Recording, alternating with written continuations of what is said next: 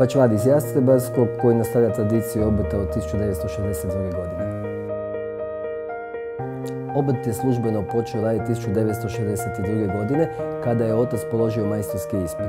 Njegov životni put je zanimljiv zato što je iz Zagorja gdje je učio zanat, ali više je orao njive i radio na poljoprivredi kod majstora nego samo bačvario jer nije bilo toliko posla u tom malom selu.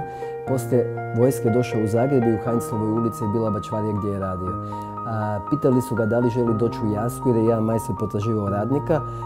Obzirom na njegovu situaciju nije imao puno premišljenja i tako je on došao u Jasku gdje je radio za tog majstora. Nakon što je on umro, 2 godine za njegovu suprugu i položivši majstorski ispit 62.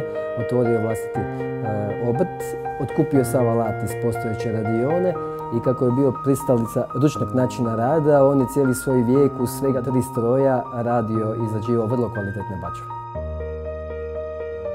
Bačvarstvo radi proizvode drveno posuđe iz prirodnog materijala, znači drva, najviše hrast, lužnjak i kitnik.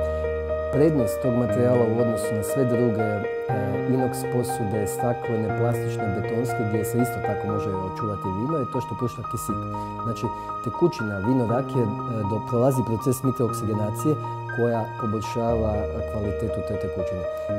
Još nisu našli zamjenu, tako da ovaj posao, ovaj obrt će opstati dok ima kvalitetnog drva i dok ima ljudi koji vole piti vino rakije. U toj proizvodnji smo nezamjenjivi. Sad na nama je da svojom kvalitetom, što boljim poznavanjem materijala, što boljim procesom proizvodnje osiguramo tržište.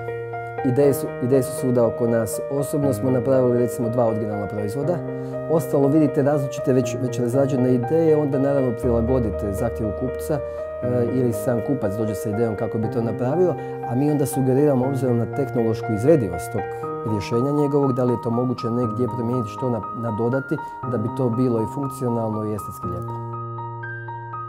Bačve su samo dio drvenog posuđa, znači od bačava, od ukrasnih 5-litarskih do, radimo i velike do 2-3 tisuće litara.